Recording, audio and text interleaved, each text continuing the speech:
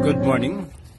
Ang ating tinig ng katotohanan ngayong umaga is patungkol po sa Deuteronomy chapter 7 verse 6. Ito po yung tinatawag na adoption o chosen people.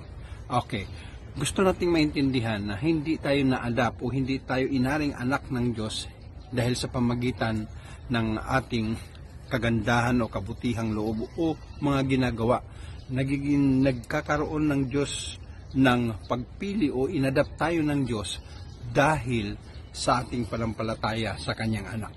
Kaya nga ang salitang adoption ay galing po yan sa salitang ikaw ay inaring anak ng Diyos, hindi dahil ikaw ay napakareliyoso, hindi dahil ikaw ay napakabait na tao, kundi nagiging anak ka ng Diyos dahil sa iyong pagsuko ng iyong buhay kay Jesucristo. At doon tayo inaring anak ng Diyos.